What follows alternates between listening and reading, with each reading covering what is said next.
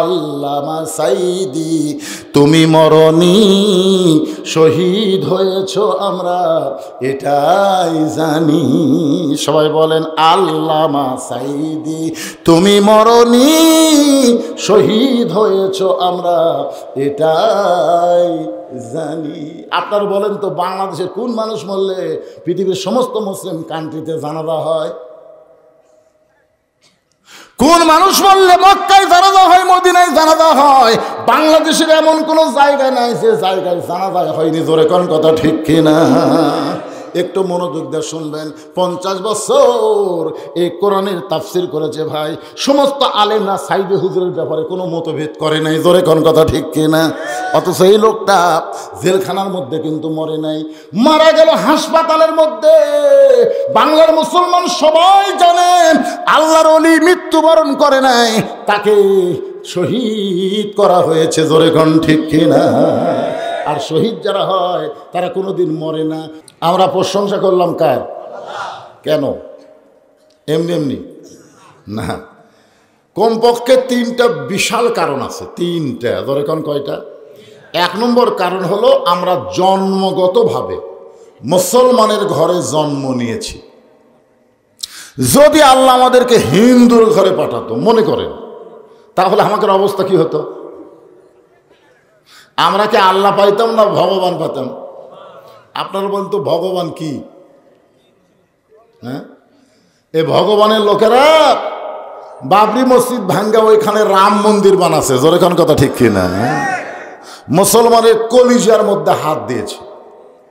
বাংলাদেশের মুসলমান নামাজ না পড়লেও মসজিদকে জীবনের চাইতে বেশি ভালোবাসে।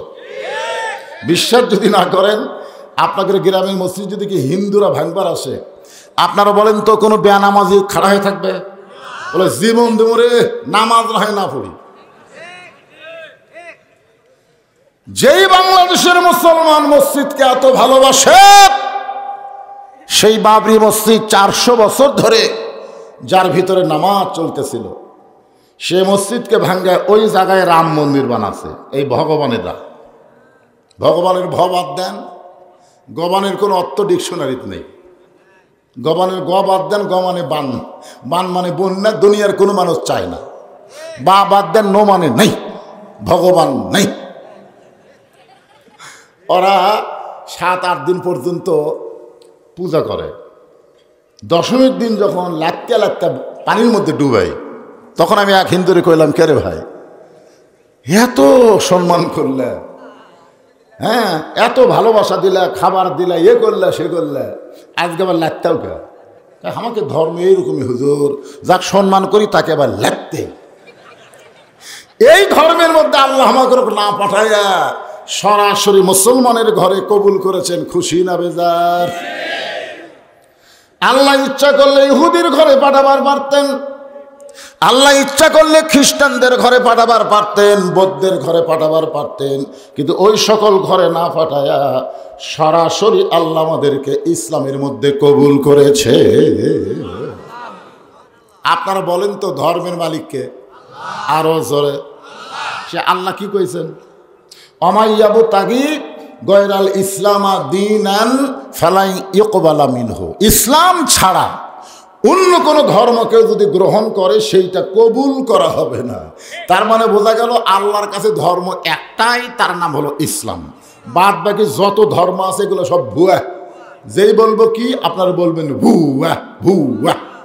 ভুয়া বলতে পারবেন না? জোরে বলেন কি? আরো জোরে, জোরসে বলেন। এখন বর্তমানে ভুয়া ভুয়া একটা স্লোগান আছে না? নাই? হ্যাঁ, আয় আয়। বই মেলায় গেছে গতকাল, এক বুড়ে এক যুবতী বিয়ে করছে, বুঝলেন? এটা যারা ফেসবুক দেখে, ইউটিউব দেখে তারা ভালো বুঝবে। 65-70 বছর এক বুড়া 18 বছর এক যুবতী বিয়ে করছে। সে বউলিয়া শালার লজ্জা নাই, ওই আবার বই মেলা গেছে। যেই গেছে জনগণ ভুয়া ভুয়া ভুয়া, ওরে বই মেলা থেকে বার করে দিয়েছে। আজকে আমাদের অন্তর থেকে ইসলাম ছাড়া সমস্ত ধর্মকে বের করে দিলাম। জোরে কণ্ঠে কথা কি আমার না আল্লাহর? মাশাআল্লাহ। এই জন্য আল্লাহর প্রশংসা বেশি বেশি করব। আল্লাহ শুধু ইসলাম ধর্মে আমাদের কবুল করে নাই, বিশ্ব নবীর উম্মত করে আমাদের কবুল করেছেন। যেই নবী বোরাকের পিঠে চড়ে না যতক্ষণ আমাদের জন্য বোরাকের বাজেট না হয়, যেই নবী জান্নাতের মধ্য থেকে ঘোষণা করে আমার সমস্ত উম্মতেরা যেদিন জান্নাতে না আসবে আমি রাসূল সেদিন পুরোপুরি জান্নাতে ঢুকবো না। জোরে কোন সুবহানাল্লাহ।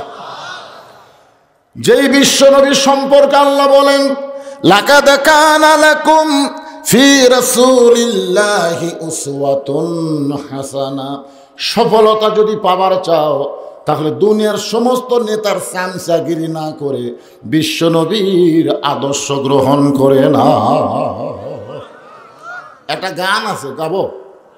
হ্যাঁ, আছেন আমার মুক্তার, আছেন আমার বারিস্টার, শেষ বিচারের হাইকোর্টেতে তিনি আমায় করবেন পার, আমি পাপী রাসূল জাবিন্দার। আল্লাহ যখন হাকিম হয়ে আমাদেরকে আসামি বানায় বিচার শুরু করবেন, রাসূল বলেছেন তোমাদের কোনো টেনশন নেই, কোনো টেনশন নাই, খালি ঈমান নিয়ে কবরে আসো, আমি রাসূল তোমার ওকালতি করে বারিস্টারি করে আল্লাহর কাছ থেকে জামিন নিয়ে জান্নাতে পৌঁছায় দিব। তবে শর্ত হলো ঈমান নিয়ে কবরে যাওয়া লাগবে, বেঈমান হয়ে যাওয়া যাবে না। রাজি আছেন তো? খালি ঈমান রে বেশি কিছু না, যত পাপ করেন করেন, অসুবিধা নেই, ইচ্ছা মতো করেন, কিন্তু ঈমান নিয়ে মরা লাগবে। ঈমান নিয়ে যদি মরতে পারেন রাসূল সুপারিশ করে ওকালতি করে আমাদেরকে জান্নাতে পৌঁছায় দেবেন। এমন বিশ্ব নবীর উম্মত হওয়ার জন্যে খুশি না বেজার? তাহলে আমার সঙ্গে সকলে একটু গুনগুন করে বলেন, নবী না হয়ে দুনিয়ার, না হয়ে ফেরেশতা আল্লাহর, হয়েছি উম্মত আপনার, তার তরে শুকুর। এটা যে সময় আমি এটা শুনবার চাচ্ছি, দেখি আপনার কদ্দূর কর। মানে যখন 1000 বার কইছে তখন 1 কেজি গরুর গোস্তর দাম ছিল 1 আনা। কয় আনা? 1 টাকা না, 1 আনা। ওই সময় মানুষ 1000-এর উপরে হিসাবই জানত না, সেই সময় 1000 বার কছে। বর্তমানে 1000-এর কোনো খাওয়া আছে?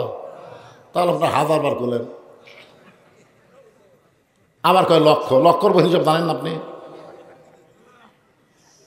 সবাই বলেন তার তরে শুকুর কোটি বার আলহামদুলিল্লাহ। 3 নম্বর আল্লাহর শুকরিয়া আদায় করার প্রধান কারণে 3 নম্বর কারণ হলো আপনার যে কোরআন থেকে ওয়াজ শুনবেন। বাংলাদেশের সবচাইতে নির্যাতিত যেই কিতাব তার নাম হলো আল্লাহর কোরআন। আজকে আগডুম বাগডুম ঘোড়াডুমের দাম আছে, আছে আছে, মাস গেলে 50,000 টাকা বেতন পাই নাই। মানে আজকের কথা বলতেছি, বাংলাদেশে প্রাইমারির দাম আছে কিন্তু হাফেজি মাদ্রাসার দাম নাই। জোরে কোন কথা ঠিক কিনা? অনেক বাপ দেখবেন তার ছোট্ট ছেলেকে, ছোট্ট মাসুম বাচ্চাকে মাদ্রাসার সামনে দিয়ে যায় প্রাইমারি ভর্তি করে দেয়, আছে না নাই? অনেক বাপ কিন্তু আছে, আপনাদের গ্রামেও আছে। এই রায়গা গ্রামে কি প্রাইমারি আছে? আপনারা কোনো দিন কি দেখছেন যে প্রাইমারি হেডমাস্টার খুব টেনশন করতেছে, বেতন নাই এবারে, বেতন নাই এবারে, মাহফিল দেওয়া লাগবে? এই কথা কোনো দিন কইছে? কারণ মাস গেলি মোসর তাও দেয়, খালি চেক লেখা ব্যাংকে শো করে 50,000 টাকা বেতন পায়। ওই মাস্টার কয় কে রে, মিথ্যা শিক্ষা দিয়ে আমি 50,000 টাকা পাই, আর তোরা জালিকাল কিতাবুল রাইবা ফীহ, সত্য শিক্ষা দিয়া তোদের বেতন নাই, ছায়া চিন্তা খাওয়া লাগে ভাই। ধরে কোন কথা ঠিক কিনা? সবচাইতে কঠিন মুসিবত আমি যে আয়াতে কারিমা পড়েছি, ইজা আসাবাতহুম মুসিবা, তোমাদের উপরে যখন কঠিন বিপদ আপদ মুসিবত আসবে, ক্বালু, তখন তোমরা বলবে ইন্না লিল্লাহি ওয়া ইন্না ইলাইহি রাজিউন। আপনারা বলেন তো এটা কখন পড়েন? ও, আপনাদের কাছে মরাটাই হলো বিপদ নাকি? এইটা কি মরার আয়াত না বিপদের আয়াত? কিন্তু আমরা মানুষ মরলে কেন পড়ি? বলি যে মরাটাই বিপদ বাড়ে। মরা বিপদ না রে, ঈমান নিয়ে বাঁচাটাই বড় বিপদ। জোরে কোন ঠিক? আজকে বাংলাদেশে মুসলমান আছে অধিকাংশই ঈমান হারা, মুনাফিক হয়ে গেছে। জোরে কোন কথা ঠিক কিনা? মুনাফিক। এখন আসরের নামাজ পড়ে জমির ধান দেখবার গেছে, ধানের সাইজ কিরকম, যা দেখে উপর জমির পানি চলমল করতেছে, নিচে আর জমির পানি নেই। আগে চারিদিকে তাকাছে, কেউ নাই, কেউ নাই। আস্তে করে বসে আইল কাটে দিচ্ছে, কাটে দিয়ে ওই পানিতে হাত ধুয়ে ওপর দিকে তাকায় বলতেছে, চারিদিকে তাকায় বলতেছে আলহামদুলিল্লাহ, কেউ দেখেনি। আপনারা বলেন তো, লোকটা আসরের নামাজ পড়লো কিন্তু লোকটার কি নাই? ইমান নাই। ইমান থাকলে কখনো একলাই 10টা সিল মারবার পারতো না, কালকে সমানে মারতেছে, দরজা জানলা বন্ধ করে দিয়ে, কেউ দেখেনি ভাই, কেউ দেখেনি ভাই। মনের ঘরে তালা দিয়া চাবি নিয়া আসেন সাই, আমি অধম শব্দ কি তার হুকুম ছাড়া বাইরে যাই, হুকুম ছাড়া বাইরে যাই। মনরে তোমার দুই কান্দে দুই মোহরি, লেখিতেছেন ডায়েরি, দলিল দেখে রায় দিবে, টাকা পয়সার নাই কারবার। সবাই বলেন আছেন আমার মুক্তার, আছেন আমার ব্যারিস্টার, শেষ বিচারের হাইকোর্টেতে তিনি আমায় করবেন পার, আমি পাপী তিনি জামিনদার। যে কোরআন থেকে আপনাদের তাফসির শোনানো হবে ইন্না লিল্লাহর উপরে, এ কোরআন সম্পর্কে 3টা স্বীকারোক্তি দেওয়া লাগবে। কয়টা? 1 নম্বর হলো এই কোরআনে কোনো সন্দেহ, এই কোরআনে কোনো গোজামিল, এই কোরআনে কোনো ধোঁকা। তাহলে এই কোরআনে সন্দেহ নাই, গোজামিল নাই, ধোঁকা নাই, সেই কোরআন বাদ দিয়ে কার আইন মানতেছেন?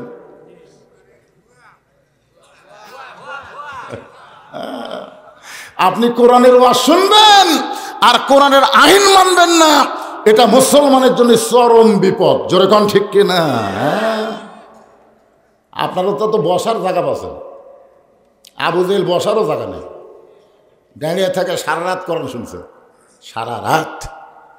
সকালবেলা গিয়ে মিটিংয়ে বলতেছে এত সুন্দর কোরআনের বাণী রে, রাতটা কোন দিক দিয়ে গেল বুঝবারই পারিনি। সুবহানাল্লাহ। আবু জেহেল কোরআনের পক্ষে কথা বলতেছে, এত সুন্দর কোরআনের বাণী, রাতটা কোন দিক দিয়ে গেল আমি বুঝবারই পারিনি।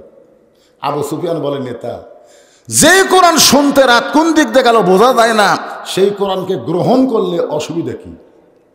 শুনলেই যদি এত মজা হয় তাহলে ধরলে সমস্যা কি? আবু জেহেল বলতেছে হক কথা রে, হক কথা, হক কথা জোরে বলা যাবে না। দেশাইল কলিকাল, ভেড়া সাটে বাঘের গাল, আসল কথা বললে তোমায় জেলে দিবে রে, আসল কথা বললে তুমি মামুনুল হক হওয়া লাগবে। শাকিব খান বিয়া ছাড়াই 2 বছর বাচ্চার জন্ম দেয়, ওই শালা কেউ ধরে না। আর মামুনুল হক বউ নিয়ে ধরা পড়লে সাংবাদিক কয় তোর কাবিন আছে, চাপাত খালি জুতার বাড়ি। জোরে কোন কথা ঠিক কিনা? দেশাইল কলিকাল, ভেড়া সাটে বাঘের গাল, দেশাইল কলিকাল, ভেড়া সাটে বাঘের গাল, আসল কথা বললে তোমায় জেলে দিবে রে, হক কথা বললে তোমায় ধরবে রে। আবু জেহেলও জানে হক কারে কয়।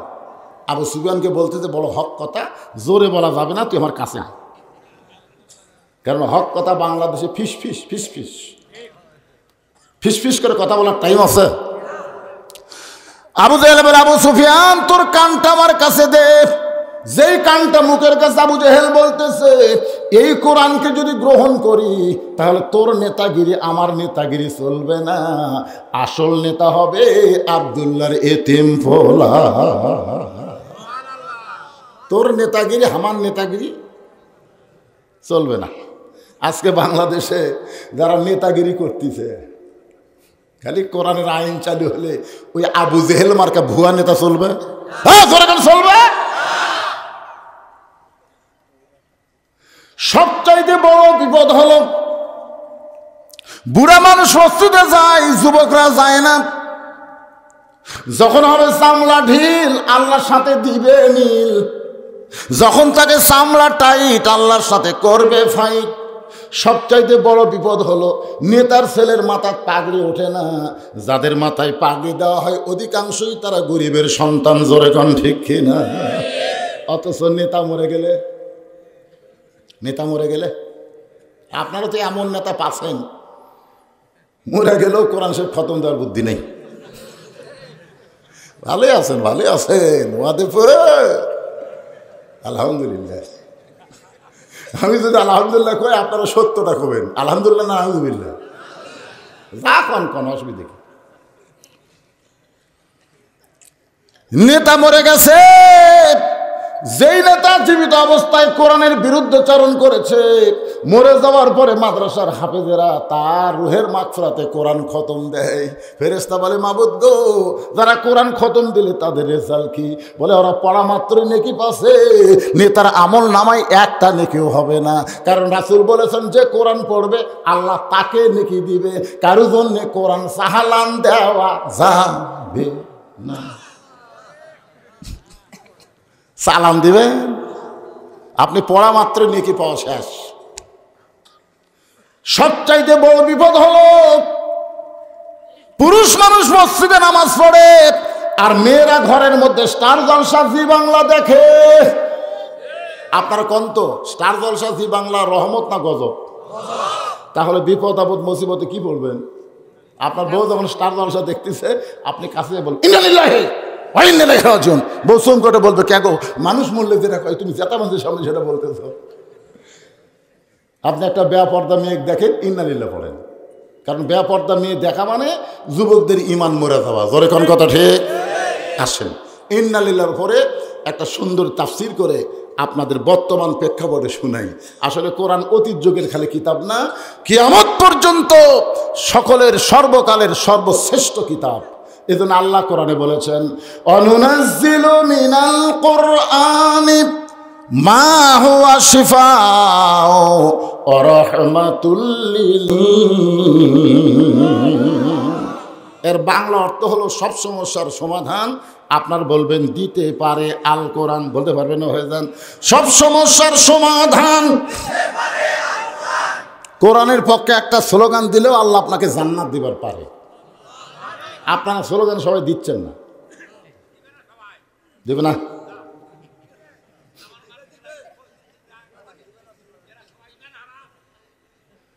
এ ভাই রে, ইমান যদি হারাও হয় স্লোগান দেন তো। কোরআনের পক্ষে স্লোগান দিতে কার কার আপত্তি আছে? হাত তোলেন তো দেখি। না না, আমি কি কইছি? আপত্তি বুঝবার পারেননি, গলা খাকারে দেন। সব সমস্যার সমাধান আল কোরআনের আলো। ঘরে ঘরে জেলে হবে না, না সংসদেও না। হ্যাঁ, এইবারে কছে অ্যাঙ্গেলে মার। বর্তমান প্রেক্ষাপটে ডাইরেক্ট মার দেওয়া যাবে না, অ্যাঙ্গেলে মার দেওয়া লাগবে। জোরে কোন কথা ঠিক না? অ্যাঙ্গেলে মার হলো সব জায়গায় জালো। আপনার বলো সব জায়গার মধ্যে সংসদ আছে না নাই? আল কোরআনের আলো, কোরআন হাদিস যেখানে, দুনিয়ার মুসলমান লিল্লাহি তাকবীর। এখন আসেন ইন্না লিল্লাহর উপর আমরা তাফসীর শুনবো। ইন্না লিল্লাহ মানুষ মরে গেলে কেন পড়ি, আর বিপদে পড়লে কেন পড়ি না? এটা আমাদের জানার অবকাশ আছে না নাই? জানার দরকার আছে না নাই? যে কোরআন থেকে ওয়াজ শুনতেছেন, এই কোরআন যদি বাংলাদেশে চালু হয়ে যায়, হাফিজি মাদ্রাসার জন্য ফকিরের মতন আদায় করা লাগবে না। সমস্ত প্রাইমারি ভাঙ্গা দিয়া হাফিজি মাদ্রাসা কোরআন চালু করে দিবে। জোরে কোন কথা ঠিক কিনা? এখন বলেন প্রাইমারি আলাদা কি এটা চাবে? জোরে গান চাবে। যখন করোনা শুরু হলো তখন সব প্রাইমারি বন্ধ হলো, একটা হাফিজি মাদ্রাসা বন্ধ হয় নাই। এক নেতা প্রধানমন্ত্রীকে বলল, প্রধানমন্ত্রী ও হলো নাস্তিক। জোরে কোন কি? প্রধানমন্ত্রীকে বলতেছে যে বাংলাদেশের প্রাইমারি বন্ধ হয়ে গেল, অথচ হাফিজি মাদ্রাসা বন্ধ হলো না কেন? কারণ প্রাইমারির ছোটো বাচ্চা, হাফিজি মাদ্রাসার ছোটো বাচ্চা। প্রাইমারি যদি বন্ধ হয়ে যায় হাফিজি মাদ্রাসা বন্ধ করা লাগবে। প্রধানমন্ত্রী মুচকি মুচকি হাসে। নেতা বলে, হাসেন কেন? বলে, হাসার কারণ হলো প্রাইমারি না পাক আর হাফিজি মাদ্রাসা হলো পাক। করোনা কোনোদিন পাকের কাছে যাবে না, না পাকলেই করোনা ধরবে। এই কারণে করোনা থেকে বাঁচতে গেলে সরকার নিয়ম করেছিল হাত ধো, ধরে কোন কি ধো। কিন্তু যারা কোরআন পড়ে তারা খালি হাত ধোয় না, লা ইয়ামুসসুহু ইল্লাল মুতাহহারুন। যতক্ষণ পর্যন্ত পবিত্র না হবে ততক্ষণ পর্যন্ত আল্লাহর কোরআনকে স্পর্শ করা যাবে না। আল্লাহর কোরআনকে স্পর্শ করতে গেলে যদি পবিত্র হতে হয়, সেই কোরআনকে যদি বাংলার মানুষ গ্রহণ করে, তাহলে মানুষগুলোর চরিত্র কেমন হবে? চরিত্র কেমন হবে আমি আপনাদেরকে বুঝাই। ফুলের সাথে তুলনা করে কাম হবে। চরিত্রটা কেমন হবে একটু মনোযোগ দিয়ে শোনেন। এই পৃথিবীর সবচাইতে খারাপ মানুষ ছিল হযরত ওমর। সবচাইতে খারাপ মানুষ, কারণ নবীকে হত্যা করার জন্য নাঙ্গা তরবারি, খোলা তরবারি হাতত নিয়েছিলেন। এই কোরআনের পরশে আল্লাহ সেই খারাপ মানুষকে সবচাইতে ভালো মানুষ বানায়া দিলে। হযরত ওমর এক সময় বাংলাদেশের মতন ৯৬টা দেশের খলিফা, এই বাংলাদেশের মতন ৯৬টা দেশের খলিফা, খুব মনোযোগ দিয়ে শুনবেন, বাংলাদেশের মতন কয়টা আল্লাহর কোরআন দিয়ে রাষ্ট্র চলে। হযরত ওমর মসজিদের মেম্বরে বসে খুতবা দিচ্ছেন। খুতবা মানে আমি যেরকম ওয়াজ করতেছি ঠিক সেই রকম বক্তব্য দিচ্ছেন। এমন সময় একজন সাহাবী দাঁড়িয়ে বলে, ইয়া আমিরুল মুমিনিন, আপনার বক্তব্য শুনবো না। ওমর ফারুক বললেন, আমার অপরাধ কি? বলে, আমাদেরকে খাটো পাঞ্জাবি দিয়ে আপনি লম্বা জুব্বা পরে খুতবা দিচ্ছেন। আমাদেরকে খাটো পাঞ্জাবি দিয়ে আপনি লম্বা জুব্বা পরে খুতবা দিবেন।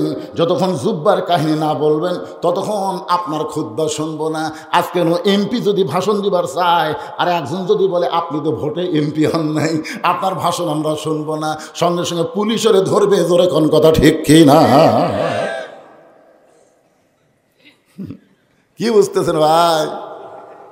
বিয়ে না করেই যদি সন্তানের বাপ হয়, আপনারা কি কর? আর ভোটটা পেয়ে যদি নেতা হয়, আপনারা কি কর? যা বলেন বলেন, পরে বলেন, এখন বলার দরকার নেই, খালি বুঝিয়া যান। একটু মনোযোগ দিয়ে শুনবেন। ওমর ফারুকের চোখ দিয়ে দর দর করে পানি পড়তেছে। এমন সময় আব্দুল্লাহ ইবনে ওমর ৬ লক্ষ হাদিসের হাফেজ, ৩০ পারা কোরআনের হাফেজ, জোরে কোন সুবহানাল্লাহ।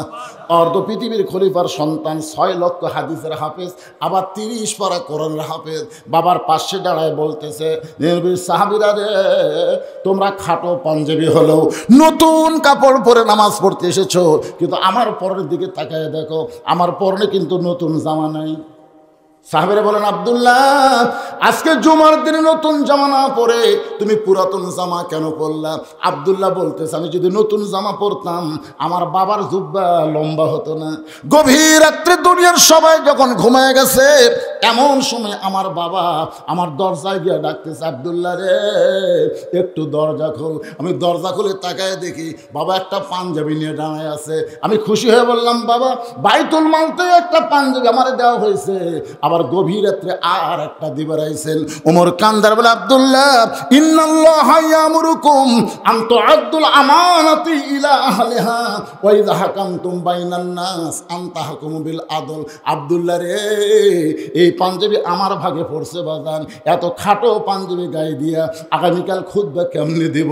তোর পাঞ্জাবিটা আমারে দান করে দে, তোরটা আমারটা মিলে আমি লম্বা জুব্বা বানাবার চাই। আব্দুল্লাহ বলে, বহুদিন পরে একটা নতুন কাপড় পাইছিলাম, কিন্তু বাবার কারণে সেই কাপড় বাবারে দান করে দিলাম।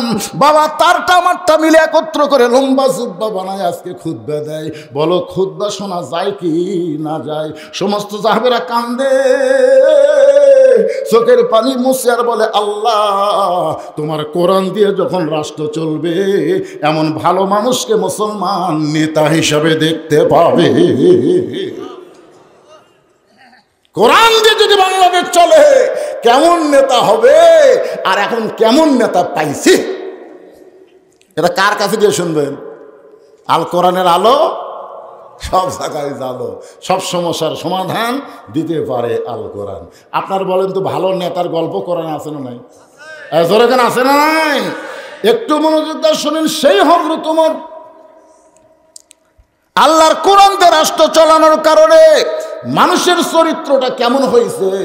কোরআনতে যখন বাংলাদেশ চলবে তখন বাংলাদেশের চিত্রটা কেমন হবে। যুবকেরা, আজকে তোমরা নামাজ না পড়াও মুসলমান হয়েছ। বর্তমান প্রধানমন্ত্রী শুধুমাত্র নামাজের জন্য 564টা মডেল মসজিদ বানাচ্ছে। আপনারা বলেন তো মডেল মসজিদ বানানোর কারণ কি? আরো জোরে কোন কি কারণ? নামাজের জন্য এতগুলো মসজিদ বানালো, কিন্তু মসজিদে সুন্দর মসজিদ গো, কিন্তু মুসল্লি নাই। আমার এলাকার কিছু লোক 201 গম্বুজ মসজিদ দেখবার গেছিল, ওইটা টাঙ্গাইলের মধ্যে, টাঙ্গাইলে, হ্যাঁ টাঙ্গাইলের গোপালনগর থানায়। তো দেখলে বলতে, হুজুর আপনি দেখছেন? হায় রে, আরে কি রে, 201 গম্বুজ হুজুর। আমি বললাম মসজিদ দেখছি হুজুর। তুই কোন সময় গেছিলি? দুপুরবেলা, জোহরের নামাজ। আর শালার মুখত কথা নেই, ওই নামাজ পড়েনি, মসজিদ দেখিছে। তো বর্তমান সরকার যদি নামাজের বিল না পাস করে মসজিদ বানায়, তাহলে যুবকেরা মসজিদ দেখবি কিন্তু ভিতরে ঢুকবি না। এই জন্য আল্লাহ কোরআনে বলেছে, আল্লাযীনা ইম্মাক্কান্নাহুম ফিল আরদ। মুসলমানের মধ্যে কাউকে যখন ক্ষমতার চেয়ার দেওয়া হবে, তার 1 নম্বর কাজ হলো 564 মসজিদ বানান। এটা 1 নম্বর কাজ না। 1 নম্বর কাজ পদ্মা সেতু নির্মাণ করা না।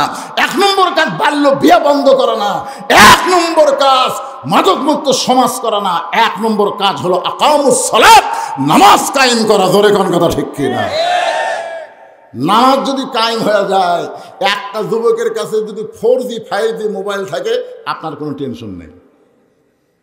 ওই 4G 5G মোবাইলে কি করবে? ওই ভালো জিনিসগুলোই দেখবে। খারাপ জিনিস দেখবার গেলে নামাজ বলবে কে রে?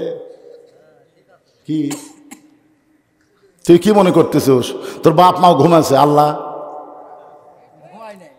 আপনার কোন তো আল্লাহ ঘুমাচ্ছে নাকি? ঈমান বলবে একমাত্র নামাজই পারে মানুষকে যাবতীয় খারাপি থেকে বাঁচায় দিতে। তাহলে বর্তমান প্রধানমন্ত্রী 500 মসজিদ না 5 লক্ষ মসজিদ বানায় কোনো লাভ হবে না, যতক্ষণ পর্যন্ত নামাজের আইন না করবে। জোরে কোন কথা ঠিক কিনা? আমাদের যুবকগুলোকে ভালো করতে গেলে নামাজের দরকার আছে না নাই? জোরে করে আছে না নাই? সোনার যুবকেরা মনে কষ্ট নিও না। হযরত ওমর জোহরের নামাজ আদায় করে মদিনার অলি গলি ঘুরতেছে আল্লাহর কোরআনকে দেখার জন্যে। সুবহানাল্লাহ কোন কি দেখার জন্যে? আল্লাহর কোরআন দেখার জন্যে। হঠাৎ হযরত ওমর দেখতে পায় বিস্তীর্ণ মরুভূমি। ওই মরুভূমির মধ্যে একজন রাখাল উট আর দুম্বা চড়ায়। হযরত ওমর আল্লাহর কোরআনকে দেখার জন্য রাখালকে সালাম দিলেন, আসসালামু আলাইকুম রাখাল ভাই, আমার পেটে ক্ষুধা লাগছে, আমি উটের 1 পেলা দুধ চাই। রাখাল মুস্কি মুস্কি হাসে। ওমর ফারুক বলে, রাখাল তোমারে সালাম দিলাম, উটের দুধ চাইলাম, তুমি কিছু না বলে মুস্কি মুস্কি হাসো কেন? রাখাল বলে, পথিক রে, তোমার সালামের উত্তর দিব না, তোমাকে উটের দুধ দিতে পারবো না। বলে, কেন পারবা না? রাখাল বলতেছে, আগে তোমার পরিচয় দাও। তোমার পরিচয় কি? তুই মানুষটাকে? উমর চিন্তা করলো, অর্ধ পৃথিবীর খলিফা হইয়া ছদ্মবেশে আল্লাহর কোরআন আমি দেখতে চাই, আর পরিচয় দিলে তো গুমর ফাঁস হয়ে যাবে। এমন সময় আল্লাহর কোরআন বলে, উমর, রাখাল যখন তোমার পরিচয় চাইছে, তুমি আসল পরিচয় দাও। তোমার আসল পরিচয় হলো মিল্লাতা আবিকুম ইব্রাহিম হুয়া সাম্মাকুমুল আপনার বলেন তো আয়াতের মধ্যে কি বলা হলো? আয়াতের মধ্যে আল্লাহ বলতেছে তোমার জাতির পিতা কে? জাতির পিতারে নাম কও। কেউ যদি বলে আমার 2 বাপে জন্ম দিছে, বুঝবেন ওর জন্মে ভেজাল আছে। 3টা পিতার ব্যাপারে কখনো 2টা করবেন না। কয় পিতা? 3 পিতার ব্যাপারে কখনো 2টা করবেন না। একটা হলো আদি পিতা, একটা হলো জাতির পিতা, একটা হলো জন্ম দেওয়া পিতা। এই 3 পিতার মধ্যে 2 পিতা নাই, সব একটা করে। তাহলে আদি পিতা কয়টা? জাতির পিতা কয়টা? জন্ম দেওয়া পিতা কয়টা? যারা বলতেছে নাকি ভেজাল আছেন নাকি রে, কথা কর না গাই, কি মন খারাপ করতেছেন? এখানে ফেরেশতা আছে না নাই? জোরে কোন আছে না নাই? 2 কান্দর 2টা আছে, আবার অসংখ্য ফেরেশতা সামিয়ানার উপর খাড়া হয়ে আছে। এগুলা সাক্ষী হবে, সাক্ষী। জবান দিয়েছে আল্লাহ। জাতির পিতার ব্যাপারে সন্দেহ করতেছেন? এই জন্য কোরআনে আল্লাহ ডাইরেক্ট বলে দিয়েছেন, তোমাদের জাতির পিতা ইব্রাহিম, তোমাদের নাম দিয়েছে মুসলমান। তাহলে আমাদের নাম কি? আরো জোরে। ওমর ফারুক বলে, রাখাল আমার পরিচয় যখন শুনবার চাও, আমার পরিচয় হলো আমি একজন মুসলমান। রাখাল মুস্কি মুস্কি হাসে। ওমর ফারুক বলে, হাসো কেন? বলে, হাসার কারণ হলো আসল না নকল। ওমর কই, রাখাল মুসলমান তো মুসলমানই ভাই, এর মধ্যে আসল নকল কি? রাখাল বলতেছে, আসল মুসলমান যারা হবে তারা চাওয়ার ব্যাপারে সতর্ক থাকবে। আসল মুসলমান দরকার হলে ফাঁসির মঞ্চে যাবে, কিন্তু রাষ্ট্রপতির কাছে বাঁচার দরখাস্ত লিখবে। উকিল বলতেছে, খালি একবার দরখাস্ত লেখেন, রাষ্ট্রপতি যদি আপনার ক্ষমা করে দেয়, আপনার ফাঁসির দণ্ড মৌকুফ হয়ে যাবে। আসামি খালি মুস্কি মুস্কি হাসে। উকিল কয়, হাসেন কেন? বলে, হাসার কারণ হলো তোমার কথা শুনে। তুমি যে বলতেছো রাষ্ট্রপতি যদি দরখাস্ত মঞ্জুর করে, তার ফাঁসির দণ্ড মৌকুফ হবে। আমি তো নিজে দেখেছি জীবনে 3টা রাষ্ট্রপতি ক্ষমতার থাকতেই মরছে। কয়জন? যারা মরে তাদের কাছে দরখাস্ত লেখা যায় আছে, যাই মরে না তিনি কে? একটা হলো বঙ্গবন্ধু শেখ মুজিবুর রহমান, একটা জিয়াউর রহমান, জিল্লুর রহমান। যারা ক্ষমতার থাকতে মরে যায় তাদের কাছে দরখাস্ত লেখা যায়। উকিল বলতেছে, তাহলে আপনার ফাঁসি হবে। আসামি মুস্কি মুস্কি হাসে। উকিল বলে, হাসেন কেন? বলে, হাসার কারণ হলো আমার ফাঁসি হবে, কিন্তু আমার মৃত্যু হবে না। উকিল বলে, ফাঁসি হবে মৃত্যু হবে না, এটা কেমন কথা? আসামি বলতেছে, আল্লাহর কোরআন পড়। আল্লাহ কোরআনে বলতেছেন, ওয়ালা তাকুলু লিমান ইউকতালু ফি সাবিলিল্লাহি আমওয়াতুন বাল আহইয়া ওয়ালাকিন লা তাশউরুন।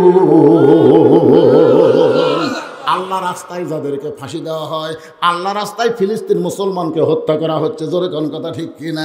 আল্লাহ রাস্তায় যাদের ফাঁসি দেওয়া হয়, আল্লাহ রাস্তায় যাদেরকে হত্যা করা হয়, তোমরা তাদেরকে মৃত্যু বলো না, আমি আল্লাহ বলতেছি তারা জীবিত। এটা কি আমার কথা না আল্লাহর কথা? জোরে বলেন। তাহলে চাইতে হবে কার কাছে? তুমি দুধ চাইলা কার কাছে? ওমর শুন করছে, ওমর ফারুক চমকে উঠছে।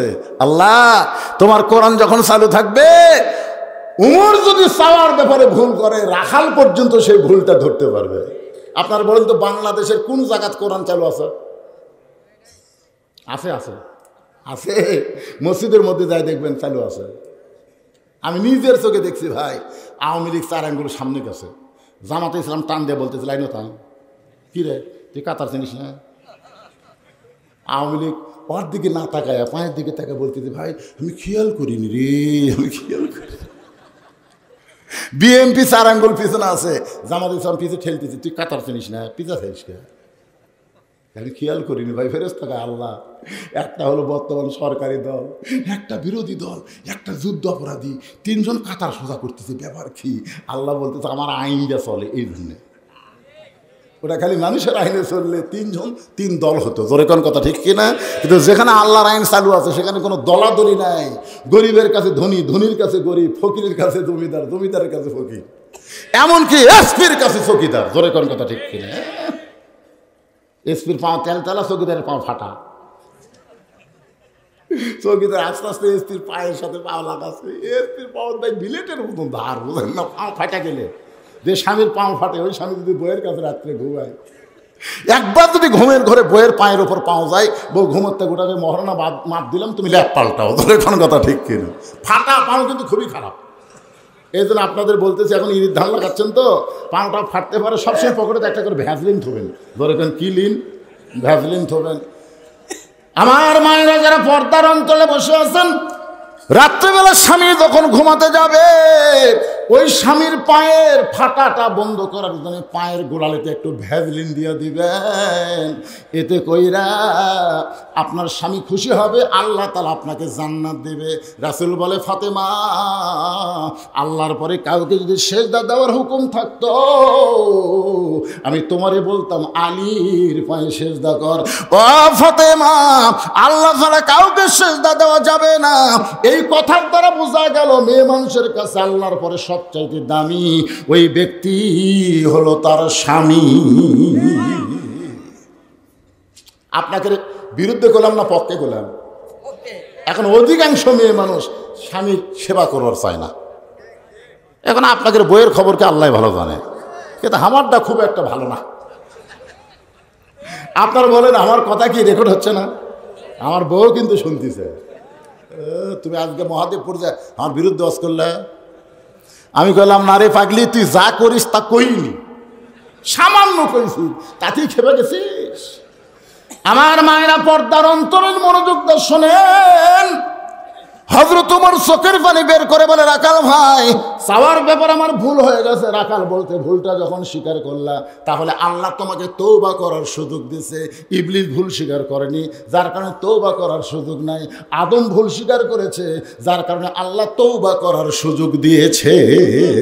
আমরা যত পাপী করি না কেন, মাগরিব এশার নামাজ পড়ি নাই, এখন যদি ভুল স্বীকার করে বলে আল্লাহ ফজর থেকে আর নামাজ বাদ দেব না, আল্লাহ বলে, বান্দারে, ভুলটা স্বীকার করে ফজর থেকে যখন নামাজ ধরবার নিয়ত করলি, তুই যত নামাজ পড়িস নাই, আমি সমস্ত না পড়ার নামাজের পাপ মাফ করে দিলাম।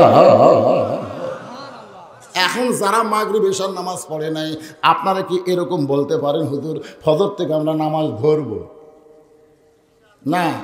সবাই কবি না তো, কারণ অনেকে পড়ছেন এশার নামাজ, তারা কেমনে? কারণ যারা পড়েনি তারা আবার জবান খুলতেছে না। মনে কষ্ট নিয়েন না। ওমর ফারুক বললেন, রাখাল ভাই, তাহলে আমি তওবা পড়ি। রাখাল বলে, তুমি মূর্খ মানুষ, তুমি তওবা কেমনে পড়বা? যে চাওয়ার ব্যাপারে সতর্ক হয় না, সে সবচাইতে বড় মূর্খ। আমি তওবা পড়াই, তুমি আমার সঙ্গে তওবা পড়ো। ওমর ফারুক চমকে উঠছে, সুবহানাল্লাহ। রাখাল কি বলতেছে? তুই মূর্খ, যে চাওয়ার ব্যাপারে সতর্ক হয় না, সবচাইতে বড় মূর্খ। আমি তওবা পড়াই, তুমি আমার সঙ্গে তওবা পড়ো। এবার রাখাল হযরত ওমরকে তওবা পড়াচ্ছেন। আমার সামনে যারা আছেন, তওবা পড়লে আল্লাহ খুশি না বেজার?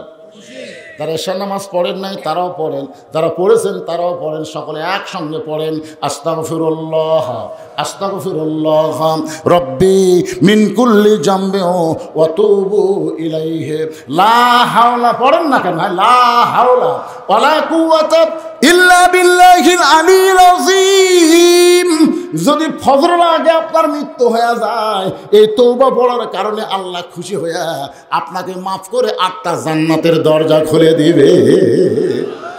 তওবা পড়তে তাহলে আপত্তি? পরে বলতেছে, রাখাল ভাই, আল্লাহর রাস্তে ওটের 1 পেয়ালা দুধ দাও। রাখাল মুসকি মুসকি হাসে। ওমর ফারুক বললেন, আল্লাহর রাস্তে বলছি। রাখাল বলতেছে, তওবা করার পরে তুমি আবার মুনাফিক হলে। ওমরের চেহারা রক্তের মতন লাল হয়ে গেছে। এই রাখাল, মুখে যা আসে তাই কষকে। আমার কাফের বললে আমি সহ্য করব, কিন্তু মুনাফিক বললে আমি সহ্য করব না। কারণ কাফের থাকবে জাহান্নামের উপরে, আর মুনাফিক থাকবে জাহান্নামের তলে। কাফের উপর থেকে যে পেশাব পায়খানা করবে, তলে মুনাফিক সেটা খাবি। সাহাবীরা বলল, হুজুর এই বদমাইশ মুনাফিক কোন দল থেকে হবে? আল্লাহ রাসূল বললেন, চিল্লাস না, মুনাফিকের আবাদ হবে মুসলমানের ভিতরে। গোটা পৃথিবীর মধ্যে সবচাইতে বড় মুনাফিকের দেশের নাম হলো বাংলাদেশ। গোটা পৃথিবীর মধ্যে সবচাইতে মুনাফিকের দেশের নাম কি? আরো জোরে জোরসে বলুন। ওয়াজ শুনে কিন্তু আমল করে না। লিমা তাকুলু মা লা তাফআলুন। ওমর ফারুক বললেন, রাখাল, আমার মধ্যে মুনাফিকের কি দেখলা? রাখাল বলতে, তুমি সত্যি করে বলো তো, আমি কি উটের মালিক? আমি যদি উটের মালিক হতাম, তুমি আমাকে রাখাল কইলা কেন? আর রাখাল যখনই কইছ, তখন তোমার মন বলতেছে আমি মালিক না। আর মালিক বাদ দা রাখালের কাছে চাইলে রাখাল দিবার পারবে না। এটা আমার জীবনে সরাসরি ঘটে গেছে। আমি পাবনার টেস্ট থেকে কেবল নামছি, ইতিমধ্যে এক লোক দৌড়ে এসে আমার হাতে 100 টাকা দিতে, চকচকা টাকা। তো টাকা পকেট থেকে বললাম, ভাই কী খবর? দোয়া করেন হুজুর, আর বই ফেরত বাচ্চা চাইছে, আল্লাহ দিন একটা পুত্র দেয়। সঙ্গে সঙ্গে পকেট থেকে 200 টাকা বের করে দিলাম। হুজুর আমি তো টাকা চাইনি, দোয়া চাইছি। পাগলা, আমি 3 মেয়ের বাপ, আমি নিজেই 3 মেয়ের বাপ রে। আমার দোয়া দিয়ে যদি পুত্র সন্তান হয়, তাহলে আল্লাহ আমাকে দিত। তুই কি মনে করছিস যে পরপর 3টা মেয়ে হলো আমি দোয়া করিনি? তখন কয়, হুজুর তাহলে আপনি টাকা আপনি নেন, আমার ধামক দেন। আর যে 100 টাকা দিয়েছি মারতেছে দৌড়েন। কোথায় যাবি? বলে, ওই হুজুরের কাছে যাবো, তার বেটা চাওয়াল আছে। আমি বললাম, কোনো হুজুরের কাছে না, কোনো পীরের কাছে না, কোনো বাবার কাছে না। পাইতে যদি চাও সরাসরি কার কাছে চাও? আরো জোরে বলেন। রাখাল বলে, পথিক সত্যিই যদি উটের এক পেয়ালা দুধ চাও আল্লাহর হস্তে, তাহলে এখান থেকে 10 মাইল দূরে মালিকের বাড়ি। ওই মালিকের বাড়ির দরজা গিয়ে বলো, মালিক তোমার রাখাল উট আর দুম্বা চড়ায়, তুমি মালিক যদি হুকুম দাও তাহলে রাখাল আল্লাহর হস্তে উটের এক পেয়ালা দুধ দিবে। ওমর ফারুক মুস্কি মুস্কি হাসের বলে, রাখাল ভাই অত দূর মালিকের বাড়ি যাওয়ার দরকার নাই, বরং তোমাকে 2টা টাকা দিলাম, এই 2টা টাকার বিনিময়ে তুমি উটের এক পেয়ালা দুধ দাও। রাখাল বলে, পথিক রে তুমি কি হযরত উমরকে চিনো? তুমি কি হযরত উমরকে চিনো? যদি উমরকে চিনতা তাহলে এরকম বেসাইদা কথা বলতা না। উমরের গুপ্ত বাহিনী যদি দূর থেকে দেখ পারবাই, মালিক বাদ দা তোমাকে 2 টাকার বিনিময়ে ওটের এক পেয়ালা দুধ দিলাম, তাহলে তোমাকেও ধরবে আমাকেও ধরবে। পথিক এই বুড়া বয়সে তুমি ধরা পড়বার চাও? উমর ফারুক বলে, রাখাল ভাই আসলে উমরের গুপ্ত বাহিনীর কথা তো আমার মনে নাই, তাহলে চলো আমরা পাহাড়ের গুহার মধ্যে যাই, ওই গুহার মধ্যে গিয়া তোমাকে গোপনে 2 টাকা দিব, আর তুমি গোপনে ওটের এক পেয়ালা দুধ দিবে, তাহলে উমরের গুপ্ত বাহিনীও ধরতে পারবে না, তোমার মালিকও জানতে পারবে না। রাখাল চিল্লায় বলে, ভণ্ড তুমি, ভণ্ড তুমি, ভণ্ড। উমর ফারুক বলে, রাখাল আমার মধ্যে ভণ্ডামির কি দেখলা? রাখাল বলে, পথিক রে উমরের গুপ্ত বাহিনী দেখতে পায় না, আমার মালিক জানতে পায় না, কিন্তু গোপনে দেওয়া না করলে রাখালের আল্লাহ সবকিছু দেখতে পায়। লিল্লাহে তাকবীর। কেউ না দেখলে কে দেখে? আরো জোরে। খালি এই বিশ্বাস যদি আমাদের অন্তরে থাকতো, আমরা একলাই কোনোদিন 20টা সিল মারতে পারতাম? বাংলাদেশের ভোটের নিয়মকে জানেন? এক বাপের জন্ম নেওয়া সন্তান কয়টা ভোট দিবে? তো একলাই যে 10টা দিলে কয় বাপের? কথা কয় না। যারা দিহিছেন তারা বুঝবার পারতেছেন। একটু মনোযোগ দেন। ওমর ফারুক মারছে দৌড়, এক দৌড়ে পাহাড়ের পাদদেশে গিয়া 2 রাকাত নামাজ পড়ে বলতেছে, আল্লাহ তোমার কোরআন এত সুন্দর, তোমার কোরআন যখন দুনিয়াতে চালু থাকবে তখন কেউ না দেখলেও আল্লাহ দেখতে পাবে, এই বিশ্বাস মুসলমানের কলিজায় আসবে। সুবহানাল্লাহ না কেন? কেউ না দেখলেও কে দেখবে? ওমর ফারুক কাঁদতেছে কার কাছে? রাখাল পিছনে যায়, কয় কান্দে লাভ নেই, কান্দে কোনো লাভ নাই, যতই কান্দ উটের দুধ দিবার পারলাম না। ওমর ফারুক বলে, রাখাল ভাই উটের দুধের কোনো দরকার নেই, বরং তোমার কাছে জানতে চাই তুমি না দেখা আল্লাহকে কলিজার মধ্যে জায়গা দিয়ে আল্লাহর কোরআন অনুযায়ী চলতেছো, এর বিনিময়ে তোমার চাহিদা কি? আপনারা যে যা বলেন, যে যাই মনে করেন, এই গানটা আমার সাথে না করলে আপনারা ওয়াজ বুঝবেন না। গানটা গাবো? তাহলে আমার সঙ্গে সকলে বলেন, আল্লামা সাইদি তুমি মরনি, শহীদ হয়েছ আমরা এটাই জানি। সবাই বলেন, আল্লামা সাইদি তুমি মরনি, শহীদ হয়েছ আমরা এটাই জানি। আপনারা বলেন তো, বাংলাদেশের কোন মানুষ মরলে পৃথিবীর সমস্ত মুসলিম কান্ট্রিতে জানাজা হয়? কোন মানুষ বললে মক্কায় জানাজা হয়, মদিনায় জানাজা হয়? বাংলাদেশের এমন কোন জায়গা নাই যে জায়গায় জানাজা হয়নি। জোরে কোন কথা ঠিক কিনা? একটু মনোযোগ দিয়ে শুনবেন। 50 বছর এই কোরআনের তাফসির করেছে ভাই, সমস্ত আলেমরা সাইদে হুজুরের ব্যাপারে কোনো মতভেদ করে নাই। জোরে কোন কথা ঠিক কিনা? অথচ এই লোকটা জেলখানার মধ্যে কিন্তু মরে নাই, মারা গেল হাসপাতালের মধ্যে। বাংলার মুসলমান সবাই জানেন আল্লাহর ওলি মৃত্যুবরণ করে নাই, তাকে শহীদ করা হয়েছে। জোরে কোন ঠিক কিনা? আর শহীদ যারা হয় তারা কোনোদিন মরে না, প্রত্যেকটা মানুষের অন্তরের মধ্যে তার নাম লেখা থাকবে। জোরে কোন কথা ঠিক কিনা? একটু মনোযোগ দিয়ে কথাগুলো শুনবেন। ওমর ফারুক চোখের পানি বের করে বলে, রাখাল ভাই না দেখা আল্লাহকে কলিজার মধ্যে জায়গা দিয়া আল্লাহর কোরআন অনুযায়ী চলতেছো, এর বিনিময়ে তোমার চাহিদা কি? তোমার তো ভালো কোনো বাড়ি নাই, উট দুম্বা চোরা খাও, তোমার তো ভালো চাকরিও নেই, তোমার ভালো খাওয়া দাওয়াও নাই, এরপরে তুমি আল্লাহর কোরআন অনুযায়ী চলতেছো, এর বিনিময়ে তুমি চাও কি?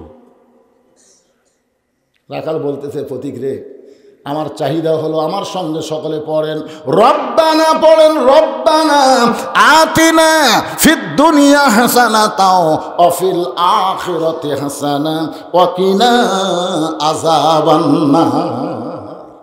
ওমর ফারুক বলে, আমি তোমার চাহিদার কথা শুনতে চাইলাম, আর তুমি কোরআনের আয়াত শুনেলে। রাখাল কয়, তুমি আসলেই মূর্খ। এই আয়াতের মধ্যে আমার দুটা চাহিদার কথা আছে। 1 নম্বর চাহিদা হলো দুনিয়া, 2 নম্বর চাহিদা হলো আখেরাত। দুনিয়ার চাহিদা হলো মহামানব হযরত ওমরকে আমি এক নজর দেখতে চাই, যে ওমর আল্লাহর কোরআন দিয়ে রাষ্ট্র চালানোর কারণে আমার মতন রাখাল না দেখা আল্লাহকে কলিজার জায়গা দিবার পারছি, সেই মহামানব ওমরকে খালি একটাবার যদি দেখবার পেতাম ভাই, আমার দুনিয়ার চাহিদা আল্লাহ পুরো করতো। আমার 2 নম্বর চাহিদা, আমি রাখাল যখন মরে যাব, মরার পরে আল্লাহ যেন জান্নাত দেয়। সঙ্গে সঙ্গে ওমর ফারুক রাখালের হাতটা আমার দিকে তাকালে ধরি,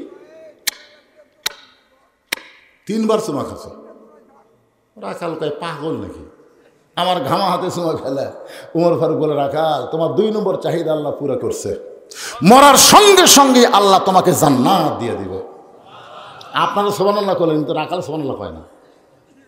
ওমর ফারুককে সুবহানাল্লাহ কো, রাখাল কয় না। বাকি কথা ভালোই করলে, মরে গেলে জান্নাত পাবো, এই বাকি কথা ঠিকই করলে, কিন্তু হযরত ওমরকে এক নজর দেখবার পাবো, এই কথা বলতে তোমার কোন জায়গাত বাজা? একটা হলো নগদ, একটা হলো বাকি। আপনারা যে দানগুলো করলেন, এগুলো কি নগদ? না না, সেটা না। রেজাল্ট যেটা পাচ্ছেন, পুরস্কার যেটা পাচ্ছেন, ইনাম সাহেব যেটা বলেছেন, সেটা কি নগদ না বাকি? টাকা দিল 10, ব্যস্ত ফসা ফস, টাকা দিল 20, ব্যস্ত দিয়ে 20। বাকি আমরা ওয়াজ করতেছি ভাই। রাখাল কই মরে গেলে জান্নাত পাবো, এই বাকি কথা ভালোই কব, কিন্তু হযরত ওমরকে এক নজর দেখতে পাবো, এই কথা বলতে তোমার কোন জায়গা বাজায়? ওমর ফারুক চিন্তায় পড়ে গেলেন, যে রাখাল আমাকে তওবা পড়াইছে, যে রাখাল আমাকে মুনাফিক কইছে, যে রাখাল আমাকে ভণ্ড কইছে, এখন যদি বলি আমি ওমর, বলাও সারা, রাখাল হার্ট ফেল করে মরাও সারা। না যদি হযরতকে আমি উমর এ কথা বললি মরা যাবে। কি জন্যে? তওবা পড়াছে। ধরে কোন কি পড়াছে? আমার কথা কি বুঝবার পারতেছে না ভাই? কি পড়াছে? মুনাফিক কাছে ভণ্ড কইছে। ওমর ফারুক চিন্তায় পড়ে গেলেন, আমি যে ওমর, এইটা রাখালকে কেমনে বলবো? এমন সময় আল্লাহর কোরআন বলতেছে, ওমর তুমি ওমর যদি সরাসরি বলবার না পারো, তাহলে অ্যাঙ্গেল মারো। জোরে কোন কি মারো? আমি যখন তেজে আসি, তখন আল্লাহ আমাকে বলে, মাওলানা বর্তমানে রব্বানা আতিনা ফিদ দুনিয়া হাসিনা অফিল আখিরাতি হাসিনার সময় তুই কিন্তু ডাইরেক্ট ওয়াজ করবার পারবি না, তোকে অ্যাঙ্গেলে মার দেওয়া লাগবে। জোরে কোন কথা ঠিক কি না? এক মাওলানা ভয়ের ঠেলায় দোয়া করতে, রব্বানা আতিনা ফিদ দুনিয়া হাসিনা অফিল আখিরাতি হাসিনা। হাসানার জায়গা হাসিনা কথা ভয়ে। আল্লাহ কোরআনে বলতেছেন, উদউ, শোনেন, অ্যাঙ্গেলে মার কাক কয়, উদউ ইলা সাবিলি রাব্বিকা বিল হিকমাহ মাউইযাতিল লিল হাসানা। জোরে কোন সুবহানাল্লাহ। রাখাল উমর ফারুকের দিকে তাকায় আছে। উমর ফারুক যদি বলে এটাই উমর, তাহলে রাখাল হার্ট ফেল করবে। উমর ফারুক অ্যাঙ্গেলে বলতেছে, রাখাল ভাই উমরকে যদি দেখবার চাও, এইভাবে ওমরকে যদি দেখবার চাও, তাহলে ফজর নামাজ সামনে কাতারে আদায় করো। ফজর যদি সামনে কাতারে আদায় করো, যে মানুষটা ইমামতি করতেছে, ওই মানুষটি হলেন হযরত ওমর। আল্লাহর কোরআন দিয়ে যখন রাষ্ট্র চলবে, তখন মডেল মসজিদের ইমামতি কে করবি? আপনাকে মহাদেবপুর মডেল মসজিদ আছে না নাই? হয় না এখনো? হচ্ছে তো। ও বদল কাছে হয়েছে। এখন চিন্তা করেন, আল্লাহর কোরআন দিয়ে যখন বাংলাদেশ চলবে, প্রত্যেকটা মডেল মসজিদের ইমামতি করা লাগবে উপজেলা চেয়ারম্যানকে। ধরে কোন কি চেয়ারম্যান? সামনে উপজেলা নির্বাচন আছে না নাই? নির্বাচনে যখন ভোট চাবে, তখন আপনি বলবেন আপনি কোন মসজিদের ইমাম? আমি তো নামাজ পড়ি, তোকে আমরা ভোট দিবার। ভোটের আগে মাইয়া যুবকেরা বুঝতেছে, বোরকা পড়ছে। তোরে কর কি পড়ছে? ওমর ফারুক বলে, রাখাল সত্যি যদি ওমরকে দেখতে চাও, তাহলে ফজরের নামাজ সামনে কাতার আদায় করা লাগবে। রাখাল ছোট বাচ্চার মতন কান্দে। ওমর ফারুক বলে, রাখাল এতক্ষণ হাসলে, এখন আবার কান্দ কেন? বলে, কান্দার কারণ হলো বারান্দায় নামাজ পড়ি। মসজিদের ভিতরে ঢোকার সাহস পায় না।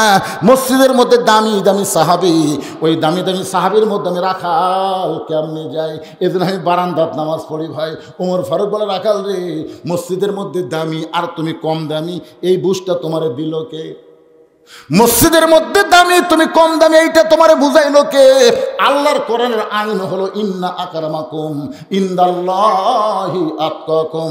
ওই ব্যক্তি সবচাইতে দামি হয় যার কলিজার ভিতরে আল্লাহর বেশি ভয়।